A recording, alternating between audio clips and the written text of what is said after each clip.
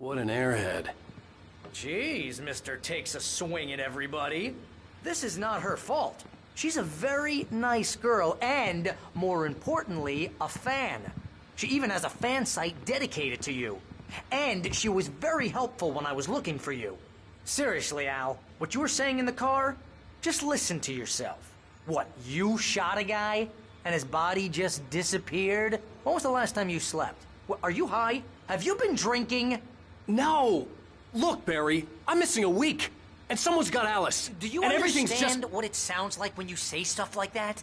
Don't get me wrong, it's a good story, could be a bestseller. But when you start confusing fiction with reality, you're buying yourself a ticket to the funny farm. Wait here.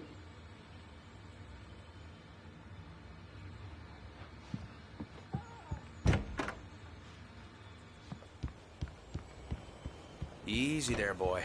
I'm almost done. Hey, Rusty, right? You rent cabins. Oh, Mr. Wake. I'd shake your hand, but mine are kind of full here.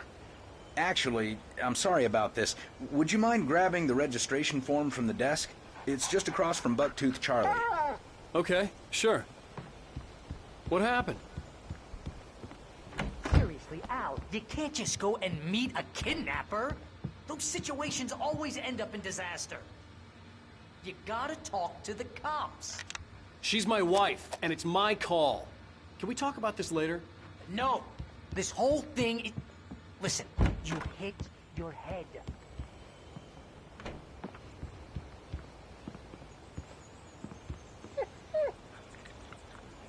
I think this is the form you wanted. And here are the keys. Okay, you're all set, Mr. Wake. Glad to have you staying here. Thanks. Can you tell me how to get to Lover's Peak? Oh, sure. It's at the end of the nature trail. Just follow the paths, you'll get to it eventually. It's an easy walk. Nice spot, too. If you're trying to pull a joke on me, freak me out, it's working. Ha ha, let's have a laugh on Barry. Well, you had me going there real funny, Al. You can quit it now. Look, Al, you're asking me to believe that you shot a dude who went poof into thin air, a guy who was bulletproof until you pointed a flashlight at him. You hear that from people who end up spending time in padded rooms, strapped to their beds, wearing white shirts with too long tangled up sleeves, and eating a healthy diet of pills. Al, you make cruel jokes about people who believe that kind of stuff. You're the skeptic. You gave me an hour-long lecture on homeopathy last month. What was it? If there's no proof, it's pure bullshit. Period. Guess the laugh's on me then. Al, come on! I mean, okay, maybe something weird happened to you, okay? Well, thanks for the heartfelt vote of confidence. All I'm saying is you gotta throw me a bone here, bestseller. What would you think if it was me? There's no way you should be going out at midnight with a gun. No one asked you to come here, Barry. Either work with me on this or go straight back to New York. Your choice.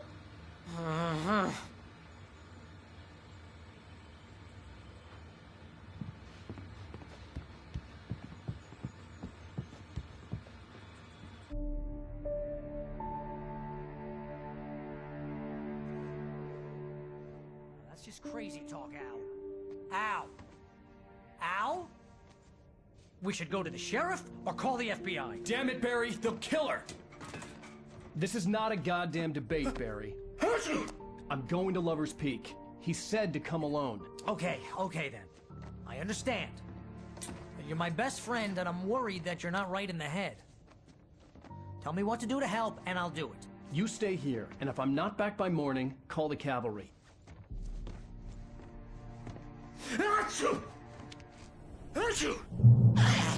Just be careful with the natives, Al. These yokels are dangerous. Everybody hates a tourist, or it'll be Deliverance all over again.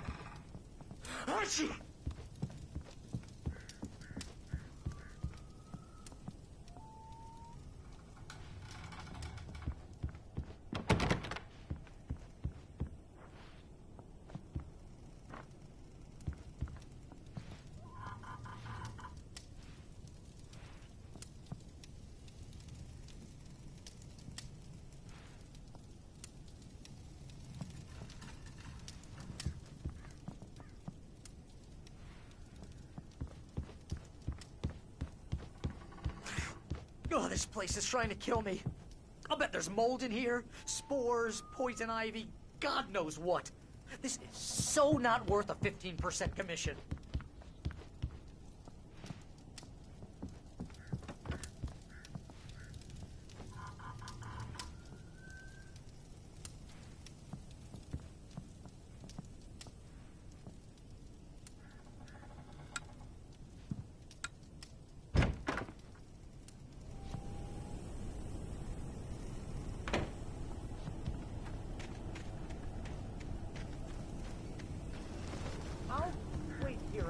I'll hold down the fort. I'll be with you in spirit every step of the way, Al. Lock the door now.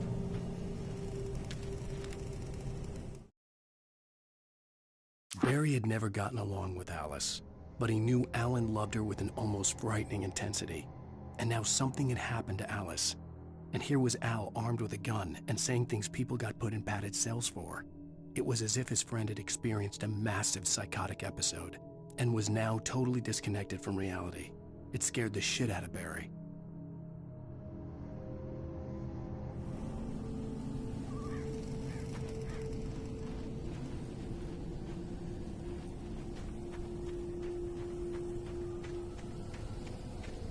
I knew I should have gone to the cops. This wasn't the smartest thing I'd ever done, but I was still angry with Barry for trying to talk me out of it. These people had called me right in the sheriff's station. The cops wouldn't scare them, and they had Alice.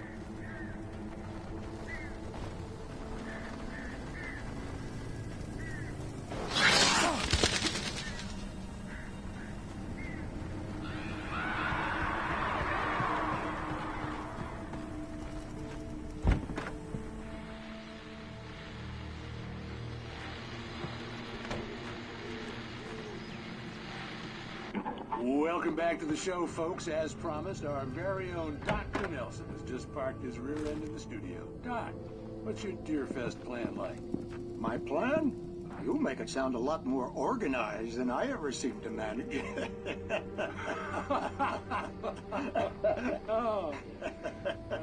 No plan, really. Just taking the atmosphere. I'm getting a little too rickety to do much more than that, you know. Oh, tell me about it. No sack race for us older gentlemen, huh?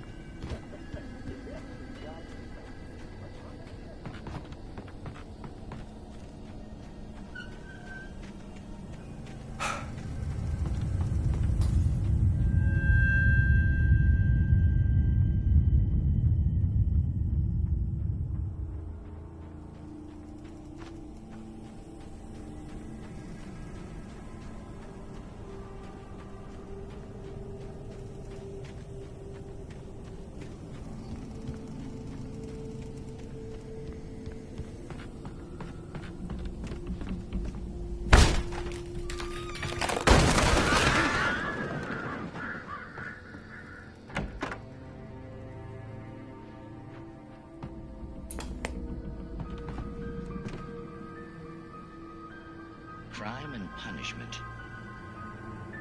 The cancer and cure of civilization. But some crimes are impossible to punish, especially in Night Springs.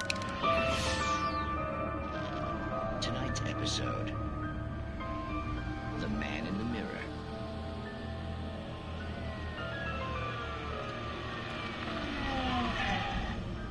He's inside, Agent. He's a weird one. So, you're confessing to killing that guy, huh? Why? Had it coming? Yeah, but why would you do that? I mean, you're a nice guy. Normal. Took your kid to a soccer game. So how come at the game, you pick a guy and, quoting from the arresting officer's report here, assault the victim's head area repeatedly with the weapon of choice being a pair of bare fists? Wow, that sentence really flows, huh? Maybe you're not the literary type. Okay, so you mess him up. But why? Who was that guy? We couldn't ID him. Why would a guy like you do him like that? I didn't like his face? Well, you must have hated it, because you really went to town there. I mean, there's no way to tell what he looked like. No ID on him either. That must be difficult. But then we ran the fingerprints. Got a match. Your prints. Identical. Huh. How about that? Your son said you were wearing a white shirt when you took him to the game. The white shirt is on the dead guy. It's plenty red now. You won't get away with this. Do you really think that's in any way relevant to me? I had plenty of time to talk to my boy before the cops arrived, you know? He won't stop screaming, am I right? You think he's ever gonna be okay? I left my mark. Believe me. You bastard. What? You gonna shoot me? What's the point? I'm going to prison. You got me. I don't understand any of this. And you never will. Don't worry. Maybe you'll see me again, Agent. Maybe in the mirror.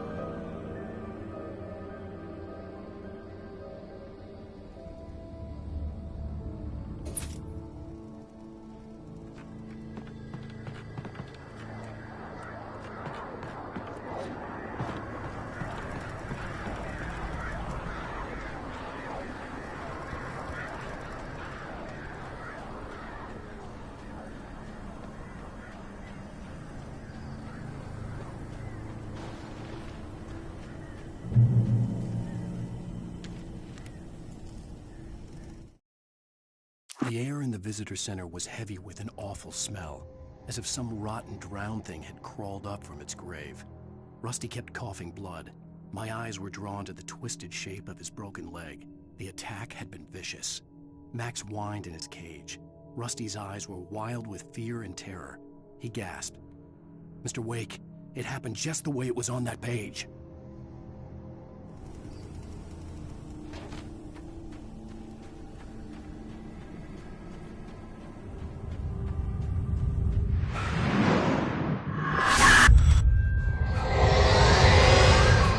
The vision left me weak. This was no head injury.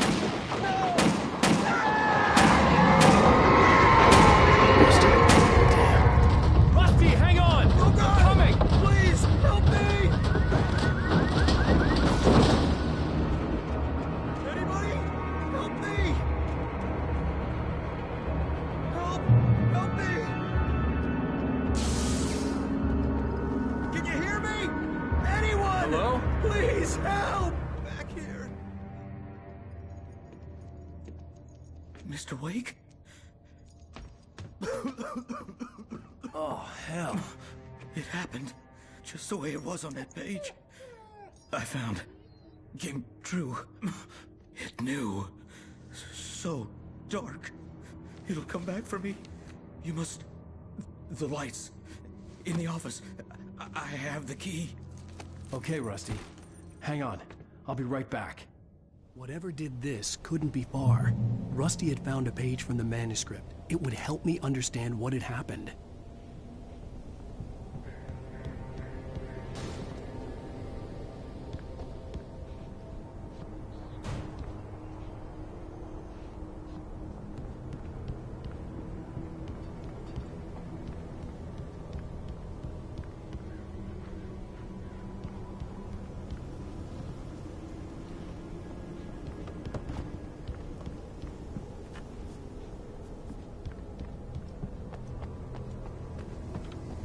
The only way to make sure that Rusty was safe was to get the power running and the lights back on.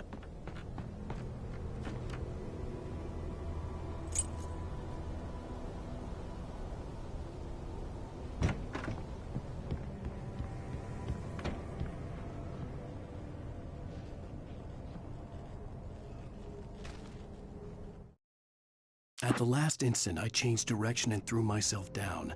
The axe splintered the trunk of a tree. I stumbled into the pool of bright light. My lungs burned. I was too exhausted to move.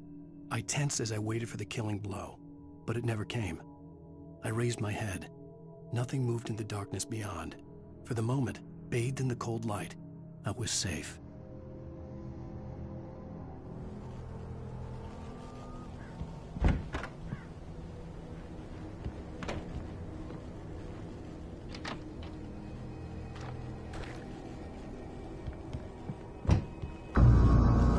I was too late. Someone had destroyed the circuit breaker. There was no way to get the lights back on. Rusty!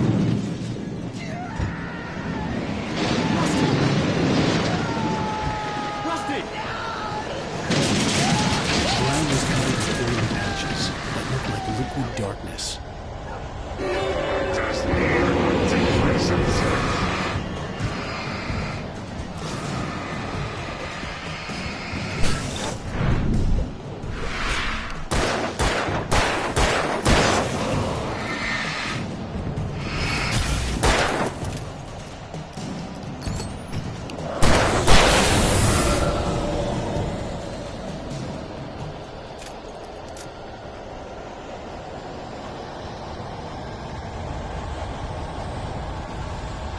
Something had torn a mammoth-sized hole in the wall.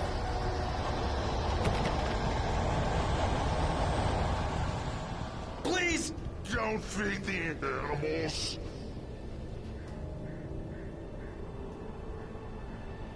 Fishing! For those bridges apart. License! Obey! Rangers and sergeants. At all times. Rusty? Rusty, no! Never. You approach closer than 100 yards. Two bears and wolves never approached any other. Closer than 25 yards. Pets must be leashed. Yeah, all times. Never leave your pet. And unattended. It is.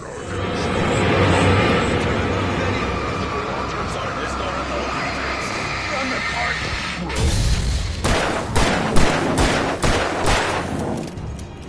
This includes even.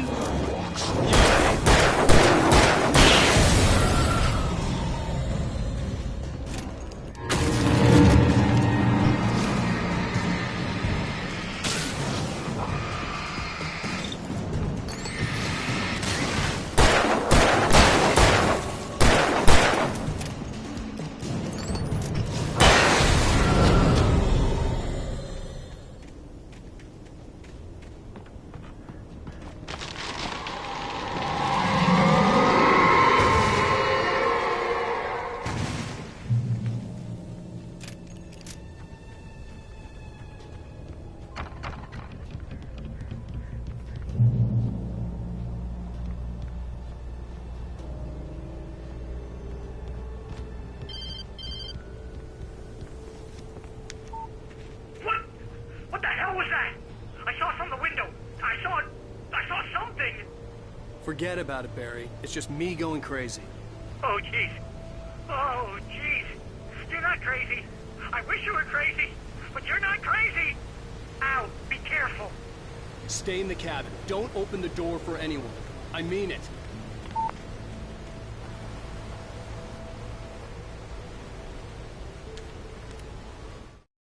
In that last instant of consciousness, Rusty thought about Rose. He was older than she was. Rose was barely out of her teens, but she made him feel young and forget what a train wreck his long-dead marriage had been. He still wore the ring. He'd been waiting for her to tell him to take it off. Now she never would.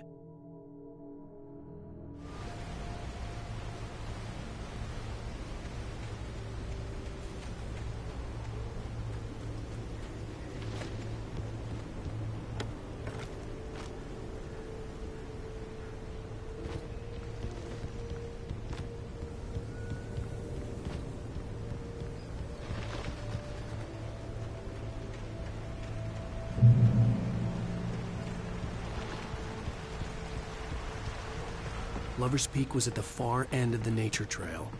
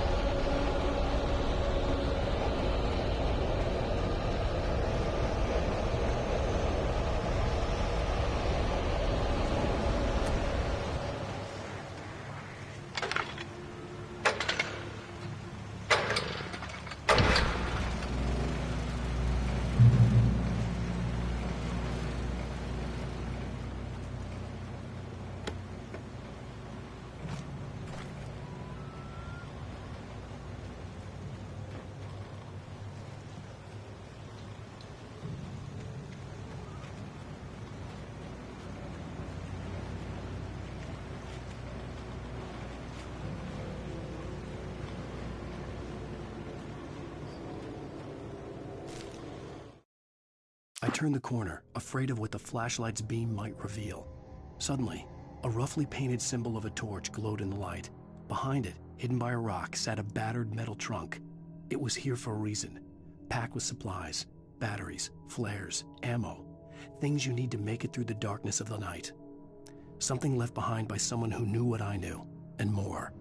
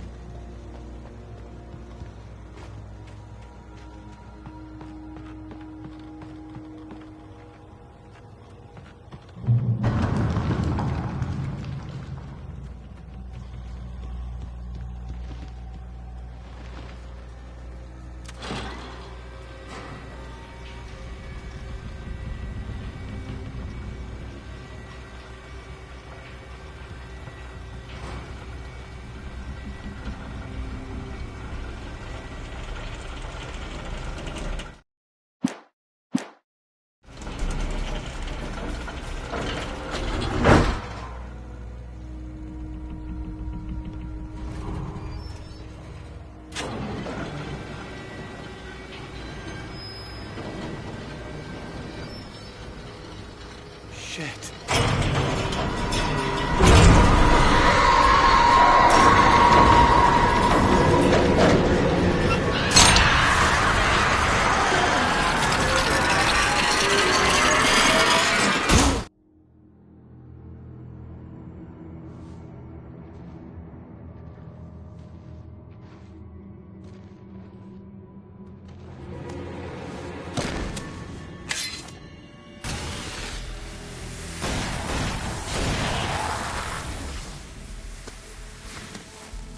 Come on, we gotta get moving. More of them coming. That flashlight's kid stuff. The flares will keep the bastards away.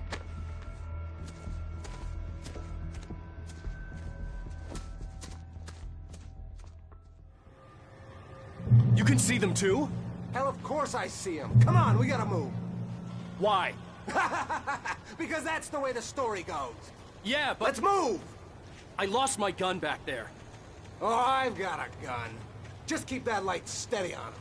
It took a moment, but then I recognized him. He'd been on the ferry when I first arrived here with Alice. He knew my name. We were headed in the direction of Lover's Peak. There was no way this was a coincidence. He was the kidnapper. Come on, Wake! You better keep up.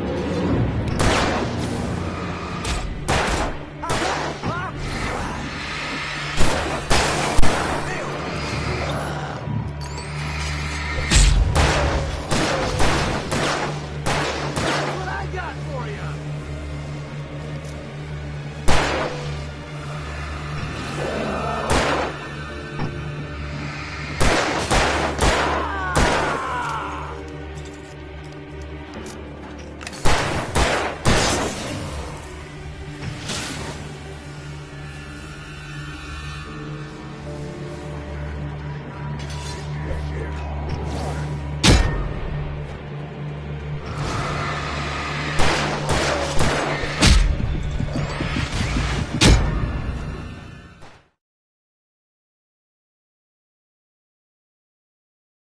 on, we gotta move.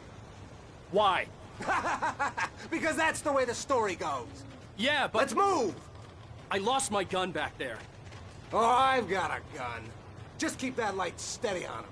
It took a moment, but then I recognized him. He'd been on the ferry when I first arrived here with Alice. He knew my name. We were headed in the direction of Lover's Peak. There was no way this was a coincidence. He was the kidnapper. Come on, Wake! You better keep up!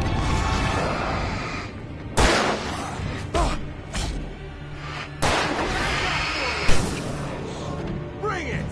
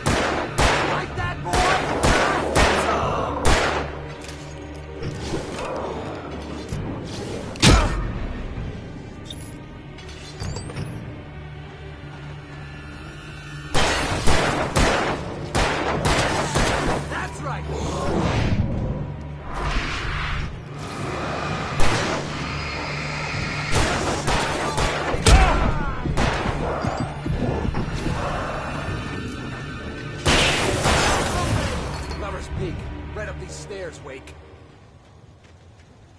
Use the flares from the emergency box to hold them off while I get these boards off. Give me the gun.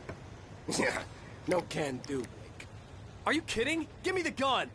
No time for back talk.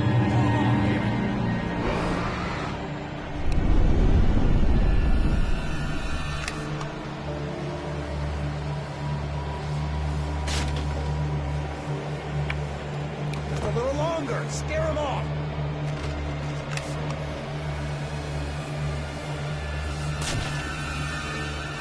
Get some light on those bastards. That'll keep them off us.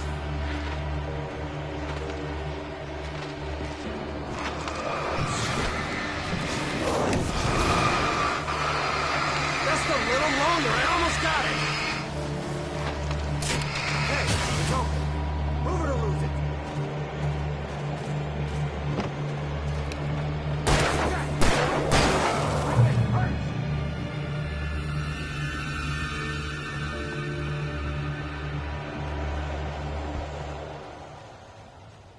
Better get ready.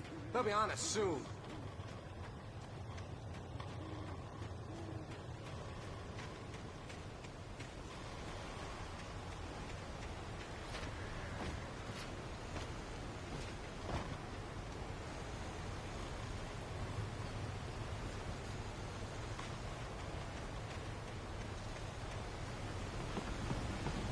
This is it, Wake. The last stand.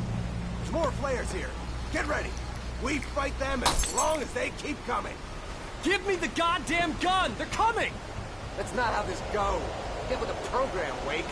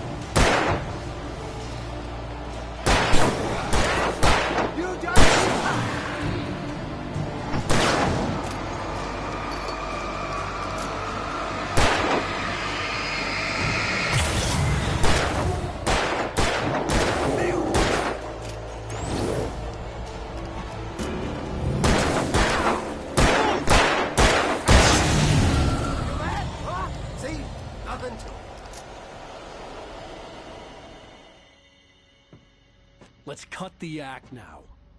Where's my wife? I knew you were gonna say that. I read it all before. You're a hell of a writer. Congratulations. You're gonna bring about something glorious and terrible once we get you some proper editorial control. What the hell are you talking about? Where's Alice? I want the entire manuscript, or she's gonna suffer bad. You touch her and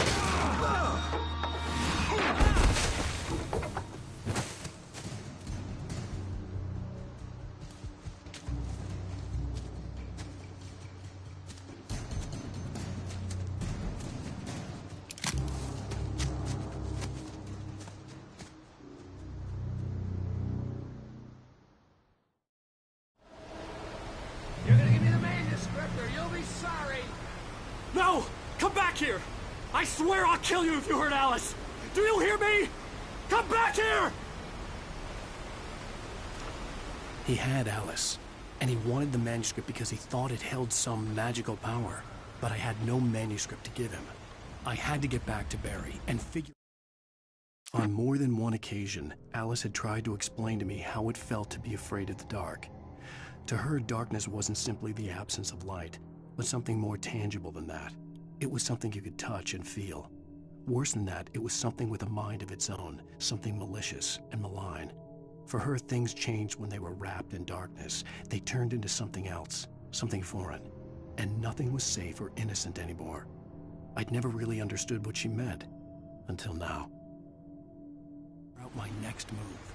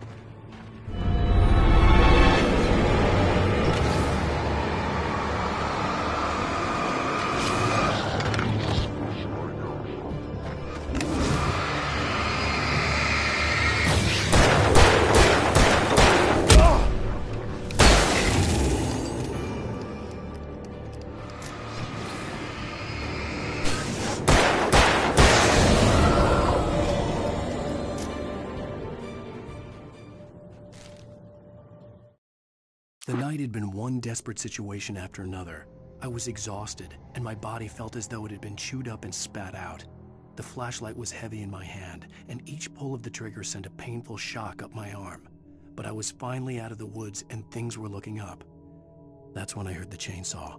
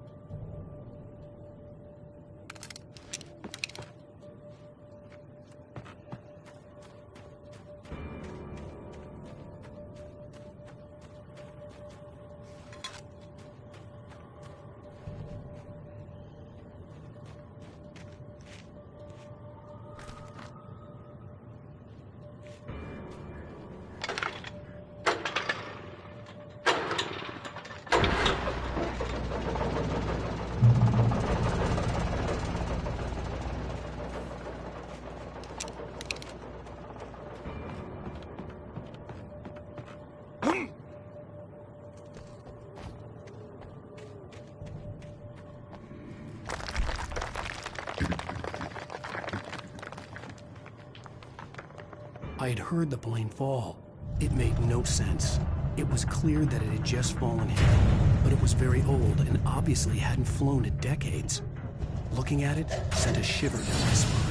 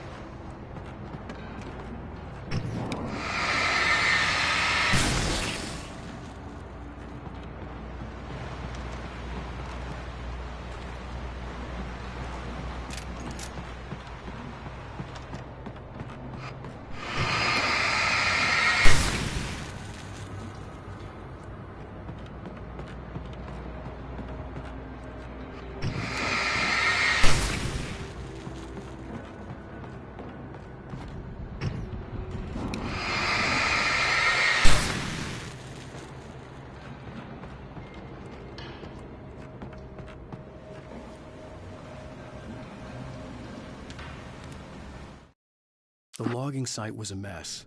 The modular office had been pushed off the cliff. Deputy Thornton climbed up from the wreckage excited, breathing hard from the exertion. Nobody there.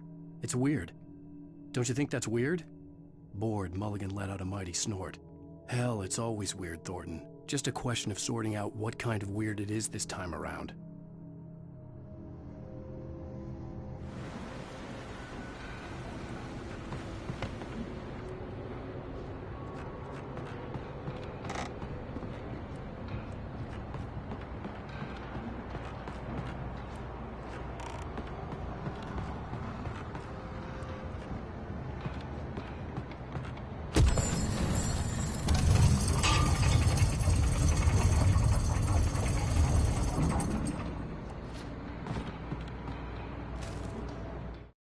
When Barry saw the darkness attack the visitor center, it made him a believer.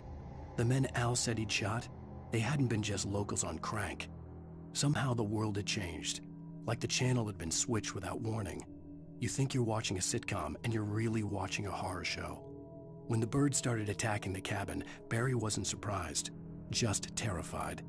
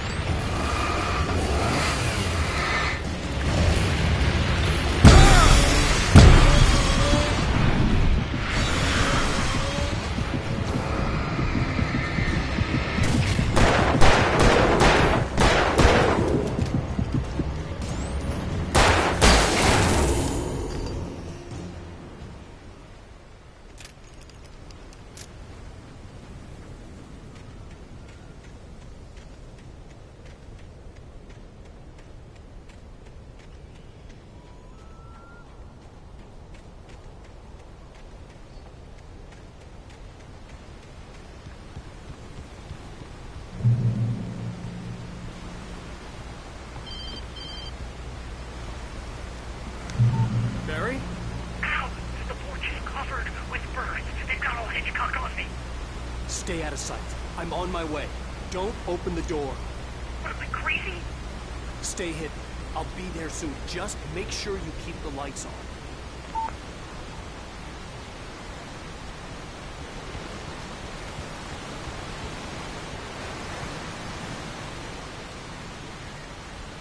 I still had to reach Barry at the cabin, but at least I was out of the woods.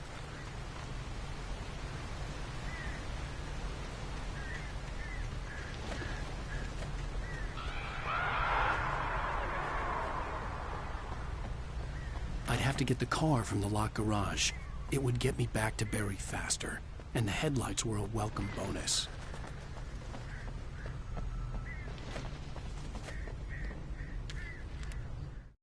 The FBI agent's command froze me in place. I considered surrender. It was all falling apart anyway. I could give in, let someone else deal with it, but it felt all wrong. Call it instinct, his posture, the way he held the gun. He was no friend. Shots ringing in my ears, I leaped for the hole in the fence and stumbled into the darkness beyond.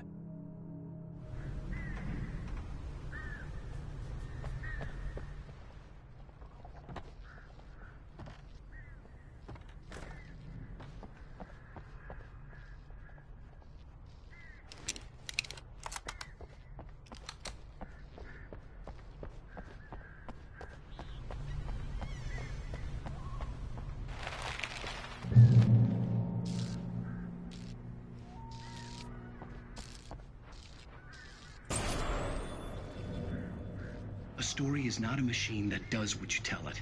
A story is a beast with a life of its own. You can create it, shape it, but as the story grows, it starts wanting things of its own. Change one thing and you set off a chain reaction of events that spreads through the whole thing. The characters have to be true to themselves. The events need to follow a logic that fits the story. A single flaw and the magic is gone. The story dies. Alice dies.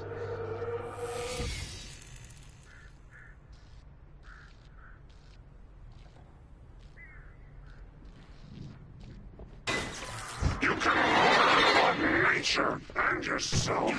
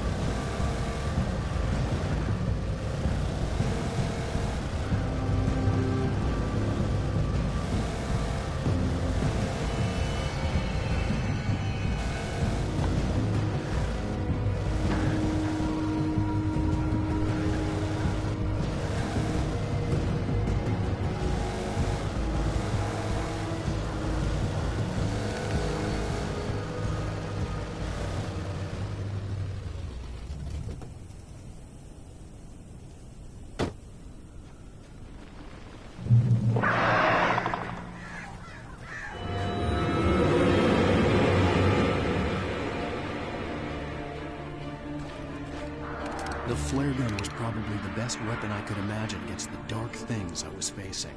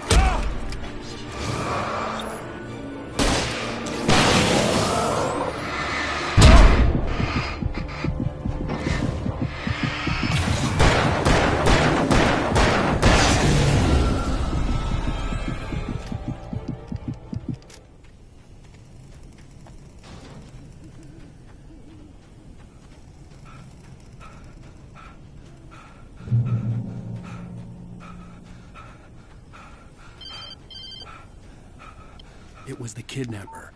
You son of a bitch! Where's my wife? Enough horseplay, Wake.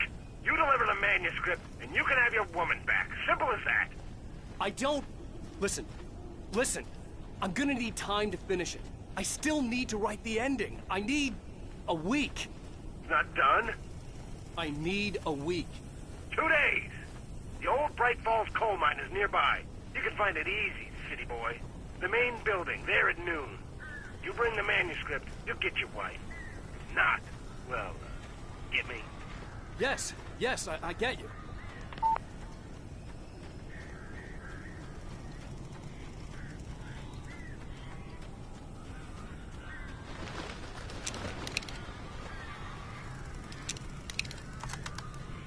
Barry had talked about birds over the phone.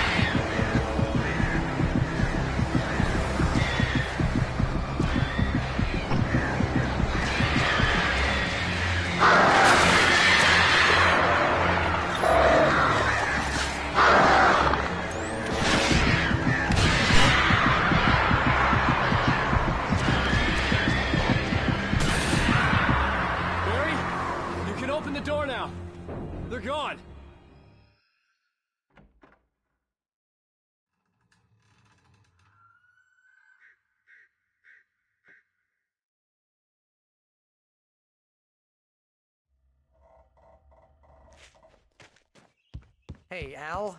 I'm sorry for thinking you were having a psychotic episode, man.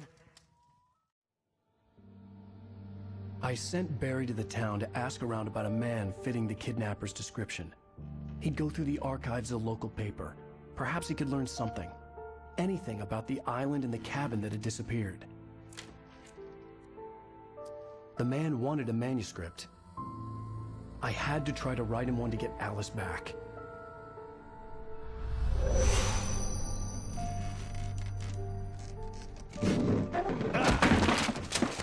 For me, the supernatural had always been nothing but a metaphor for the human psyche, a tool to use in writing fiction. Now, it was happening for real, and I couldn't put a single word on paper.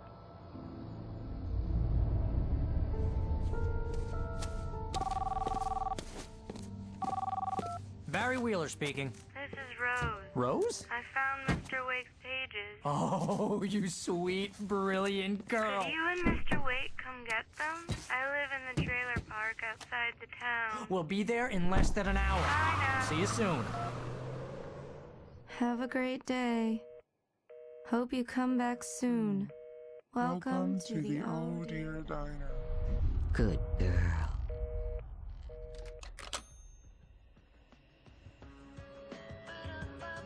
Previously on Alan Wake, Alice has been kidnapped. Alan, please help me. Alice? You'll do exactly what I say if you ever want to see your wife again. I can't tell anyone except my agent Barry. Damn it, Barry, they'll kill her. You're my best friend, and I'm worried that you're not right in the head. The ransom is a manuscript I supposedly wrote that's coming true before my eyes. It happened just the way it was on that page. So dark. I have found only a few scattered pages. I want the entire manuscript. The deadline is in 2 days. I found Mr. Wake's pages. Good girl. How the hell did she get her hands on the manuscript anyway? I don't know. She's resourceful. I told you you were too hard on her.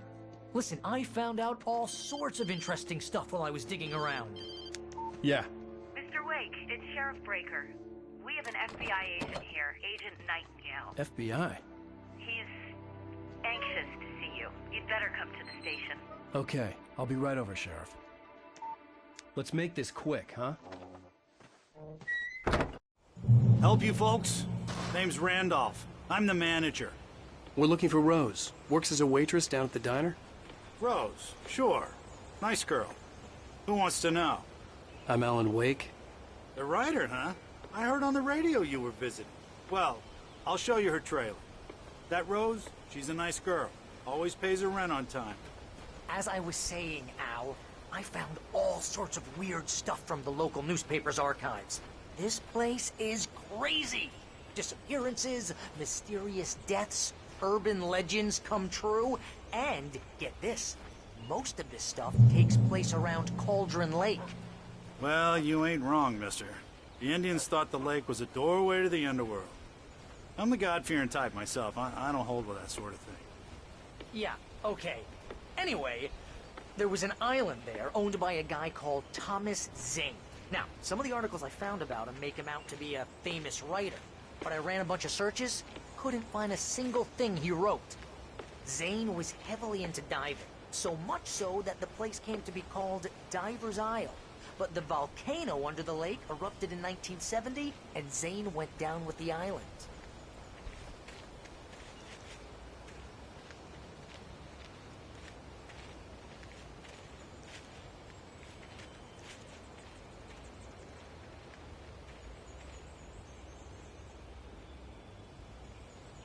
It gets better. A local girl, Barbara Jagger, drowned in Cauldron Lake just a week earlier. They were lovers. Sure, Jagger's a local spook store. The Scratching Hag. Comes for you in the dark. Childish stuff like that. Anyway, Al, I'm just getting to the best part. All of the articles about this stuff were written by Cynthia Weaver. I asked around, and she's that crazy bag lady you met. What, the lamp lady? She can be a little loopy, but she's not homeless or anything. Yeah, anyway, she knew both Jagger and Zane before they both died, and she had some kind of a breakdown.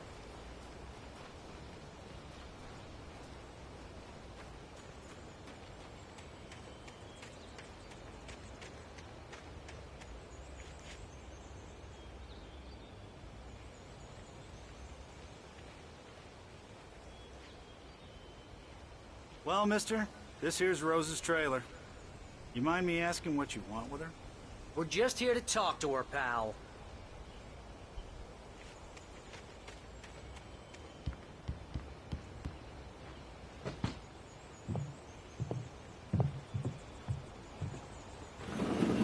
Welcome to... Oh dear. Mr. Wake. I'm so glad you're here. Rose, you have my manuscript? Oh. Oh, yes. Yes. Please, come in. Hey, this is really good. Rose. Yes. My manuscript. I really need it. I understand. I know what you need. A muse to inspire you. Oh, for Barry. She doesn't have anything. Yeah, hey, Al? Al, what's... Oh... Barry! What? What?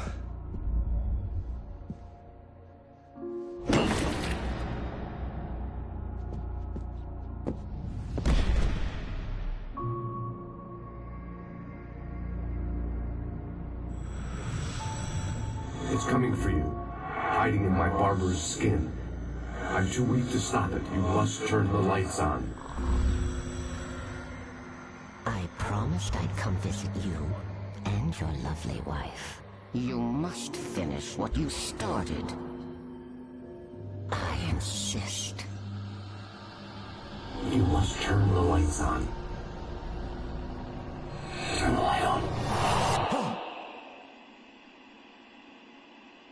Back to work, boy.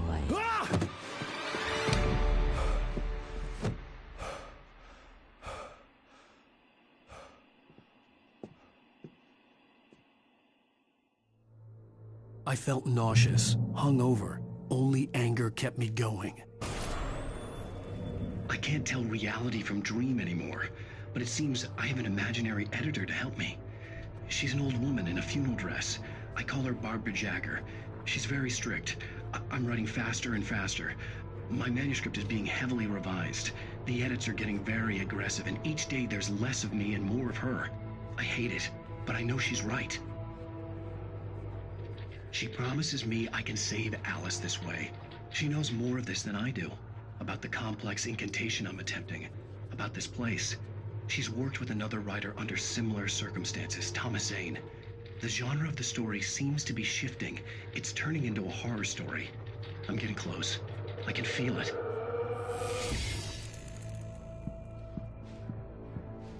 Rose took a day from me. I had less than 12 hours left to meet the kidnapper. All I could do was get Barry into the car, work something out once I got on the road.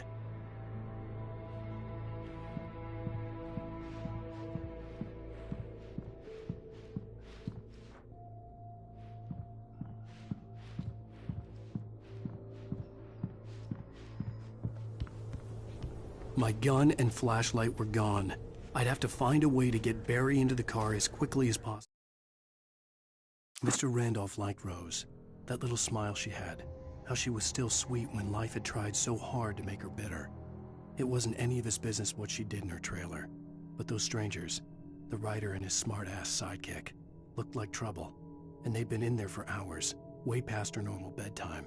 He reached for the phone and called the sheriff's station. There was no time to waste.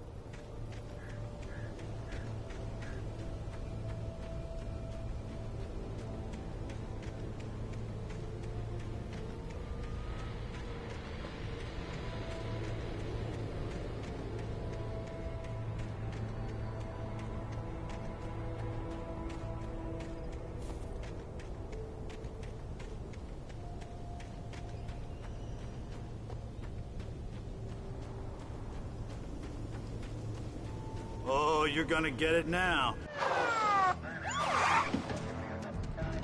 God knows what you've done to that poor girl. This is Agent Nightingale, FBI! Get him up, Hemingway! You're under arrest! You move a muscle, I'll unload right in your goddamn face! Stay right where you are, Slane!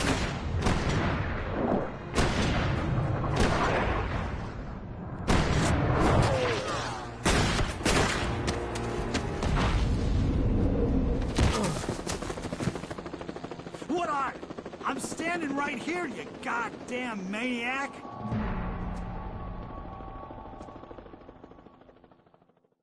I hated to leave Barry behind, but there was no way I'd miss my appointment with the kidnapper. Give it up, Mr. Wake. Come on. Take it easy. Get after him. Don't let him get away. Move it, move it, move it. Let him get away.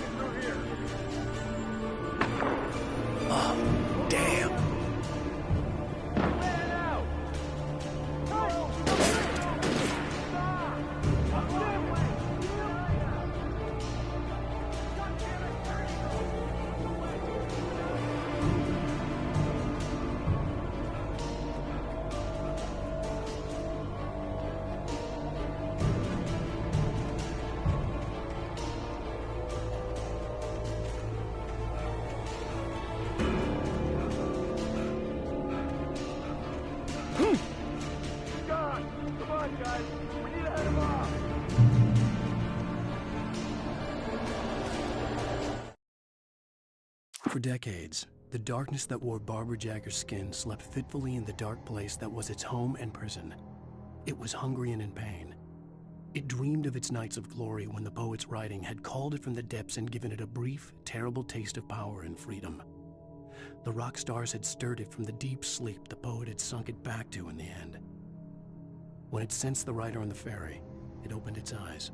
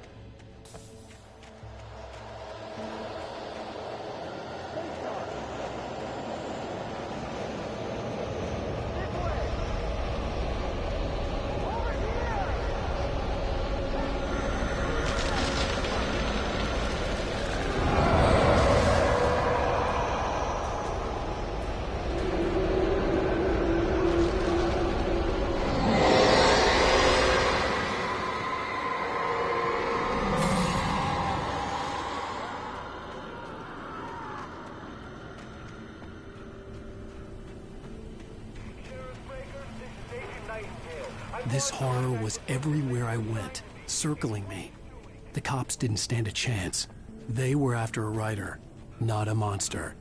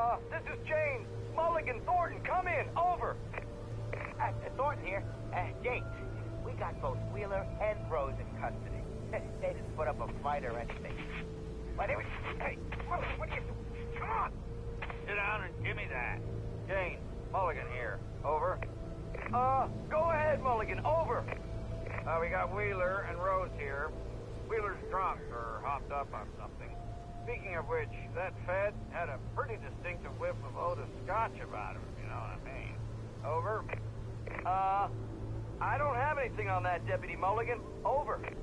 Well, whatever. Anyway, Rose is just being plain weird here. You better get Doc in to take a look at both. Over. Gotcha. You better get them here quickly. The Fed's gonna want to interview Wheeler, over. Oh, yeah, I'll bet he does. Looks like they have a lot in common. Mulligan out.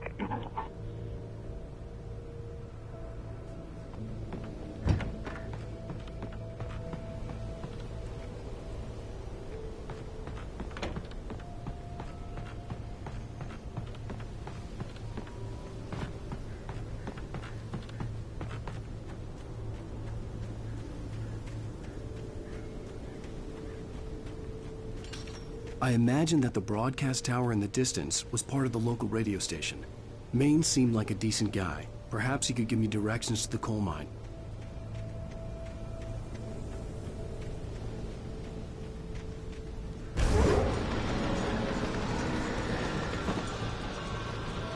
Unnatural shadows clung to the gate. The darkness that was after me was trying to stop me. I wouldn't get through without a light.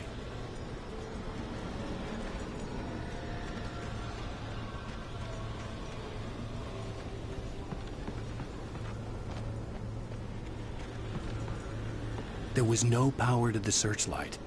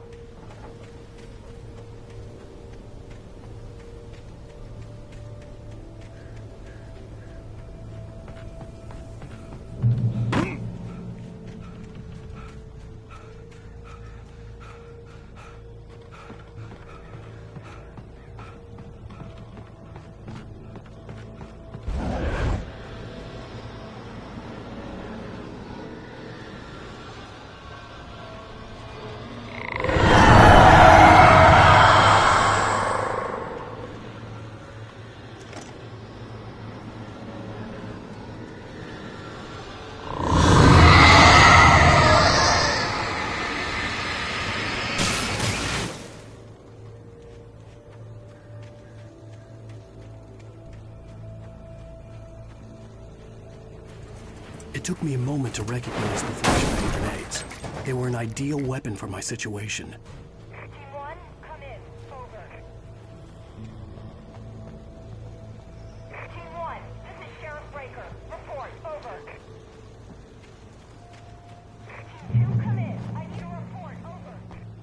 Come on, guys. Talk to me.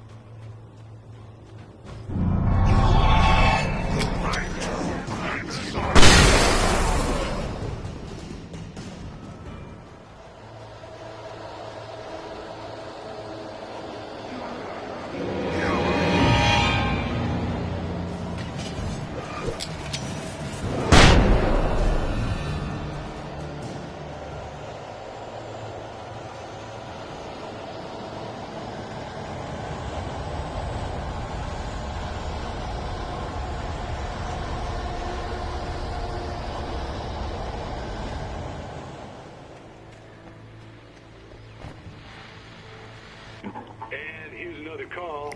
You're on KBF-FM with Pat Maine. It's Milt Peabody, Pat. What's on your mind, Milt?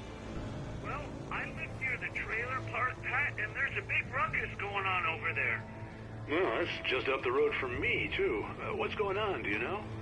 I don't know, but there's a bunch of police cars there, lots of sirens, a helicopter buzzing around, and I think I heard some gunshots. Gunshots? Yes, sir, like from a pistol. So can you find out what's going on? Because it's just next door and they're popping off guns there. They're still shooting? No, it was maybe 10, 15 minutes ago.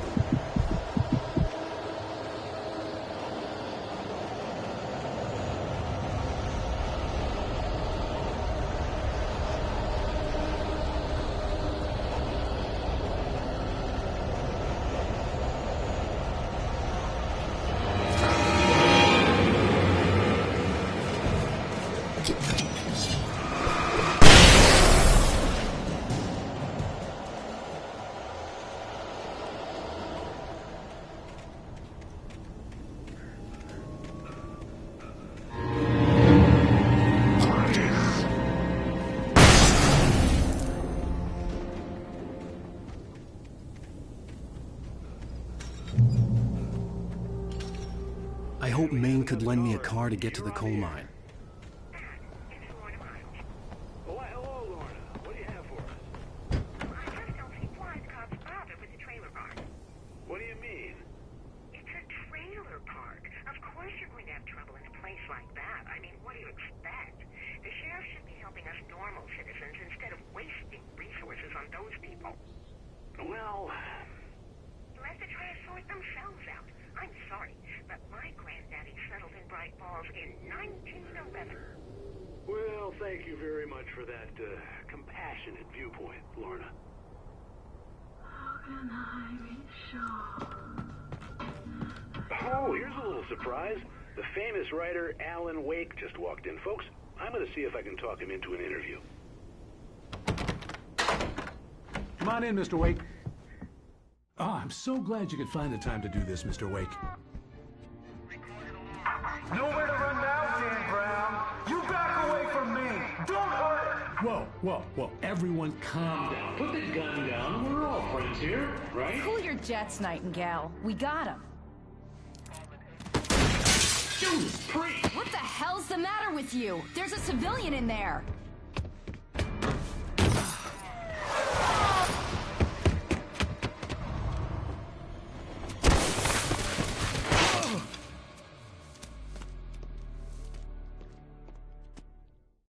I'll get you yet, even if it kills me. You hear me? You hear me, H.P. Lovecraft? I had fallen off so many cliffs it was ridiculous. That's what you get for naming a book The Sudden Stop. It was probably good I hadn't had the chance to tell Maine where I was going. I'd have to lose the cops and find my own way to the mine.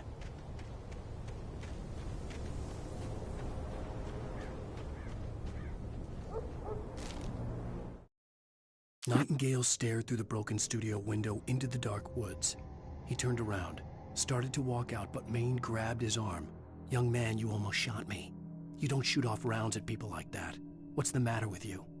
Nightingale shook his arm free, marched out. His cheeks burned with rage and humiliation.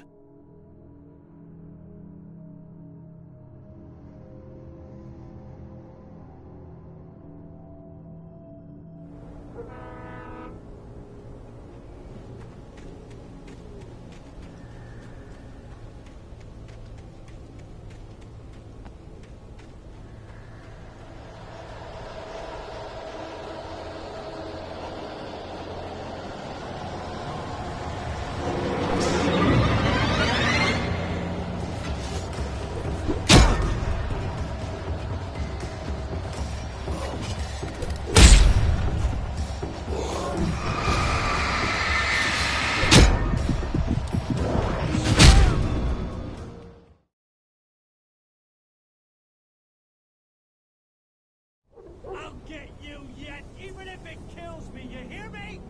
You hear me, H.P. Lovecraft? I had fallen off so many cliffs it was ridiculous. That's what you get for naming a book The Sudden Stop. It was probably good I hadn't had the chance to tell Maine where I was going. I'd have to lose the cops and find my own way to the mine.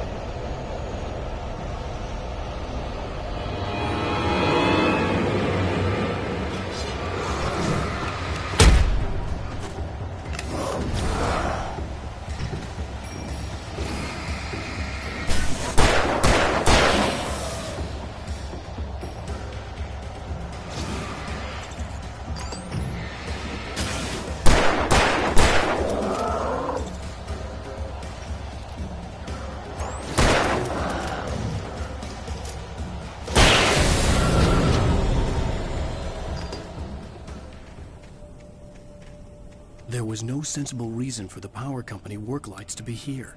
It was almost as if they'd been left for someone like me to use.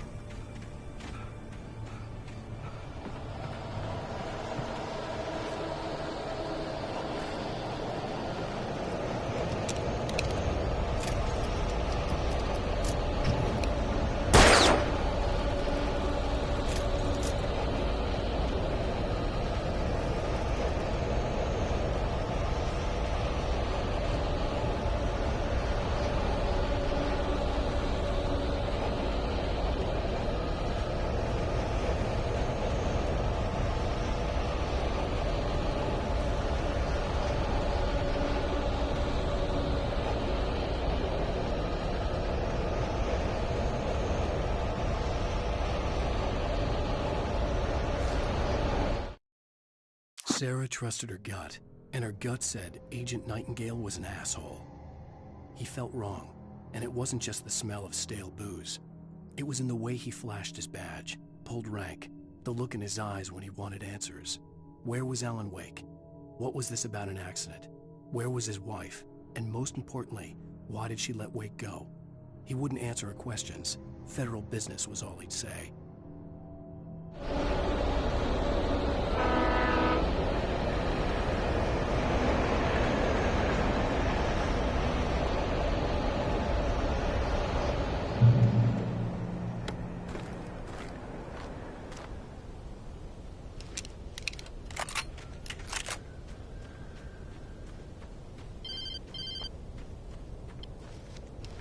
Hello? The most stubborn man I've ever met. Alice? Alice? Alan. I'm so afraid. He keeps me in the dark. Please help me. I look at you, Alan, and it's not you. Something else. Looking out from behind your eyes. Alice, I'm here. I'm so alone here. It's all gonna go to hell. You need to be careful. Cooperate. The connection had been terrible, but that wasn't the only thing that hadn't been right with the call. She sounded wrong somehow, but she had called me. The pipe wrenched itself loose from the bridge's steel framework. Wrapped in darkness, it floated in midair, twitching. For a moment, I didn't understand what I was looking at. The heavy object lurched at me with impossible force. I threw myself out of the way, but just barely. When I turned my flashlight on it, it shook in a dark rage before it flew at me again.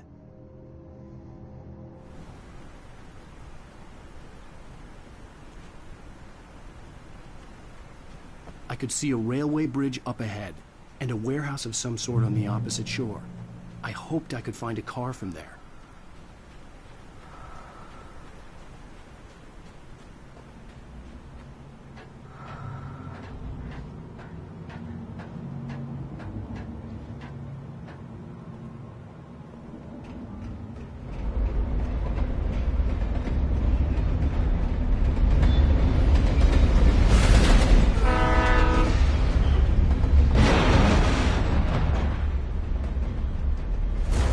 That was pursuing me was growing stronger, and it was taking over.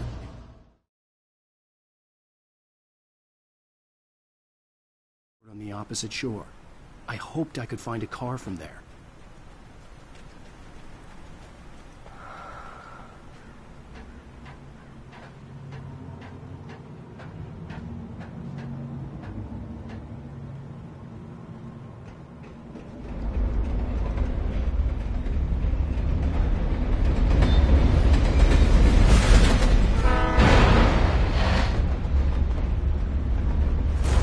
That was pursuing me was growing stronger, and it was taking over everything in its path.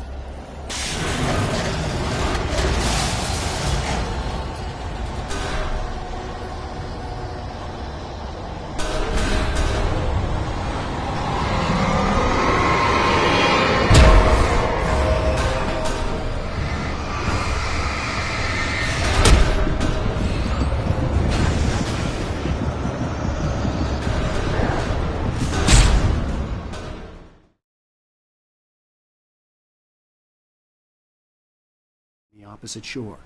I hoped I could find a car from there.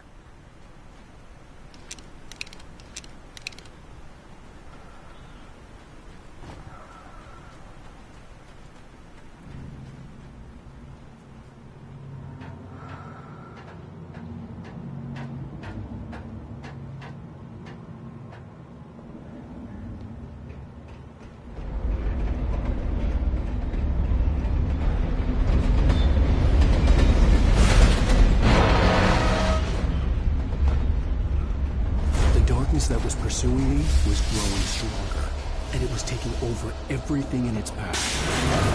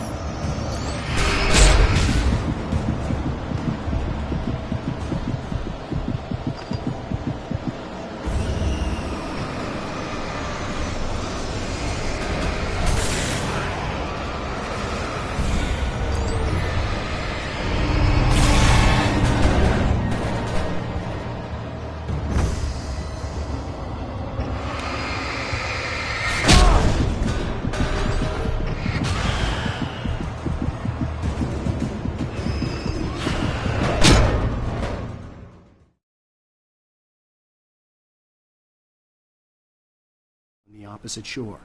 I hoped I could find a car from there.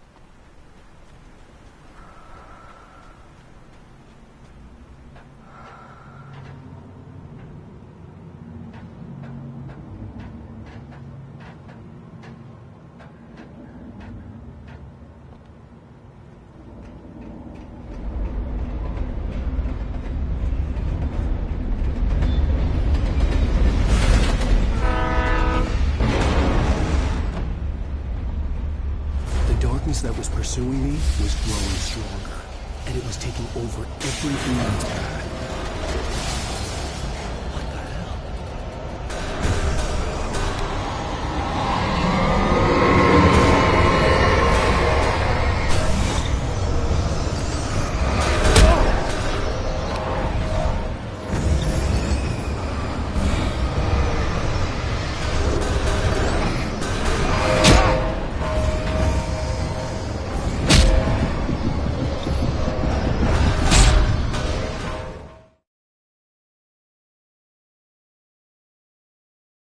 The opposite shore. I hoped I could find a car from there.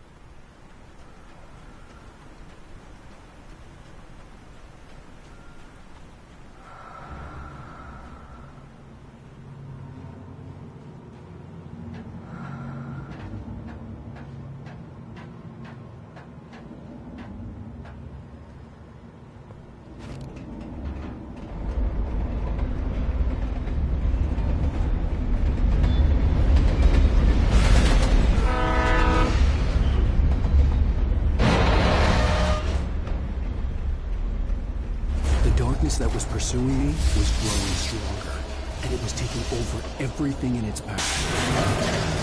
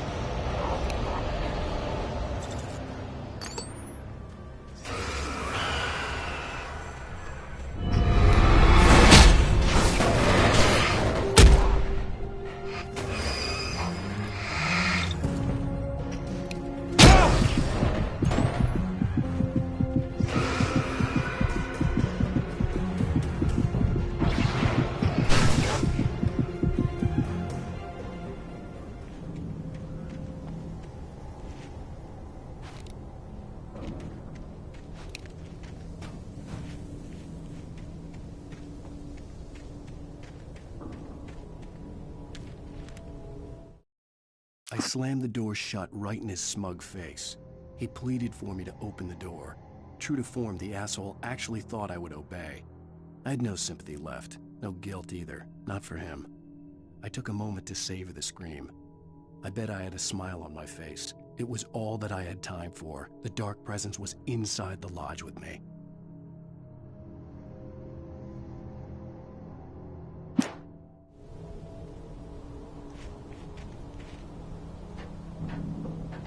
As a teenager, just starting to get interested in writing, Stephen King had been a source of inspiration to me. I thought about all the inanimate objects that had come to life in his books. No one is safe in a good horror story. Certainly not the protagonist. That's what makes them fun. This was anything but. The darkness could possess anything, and it was getting closer.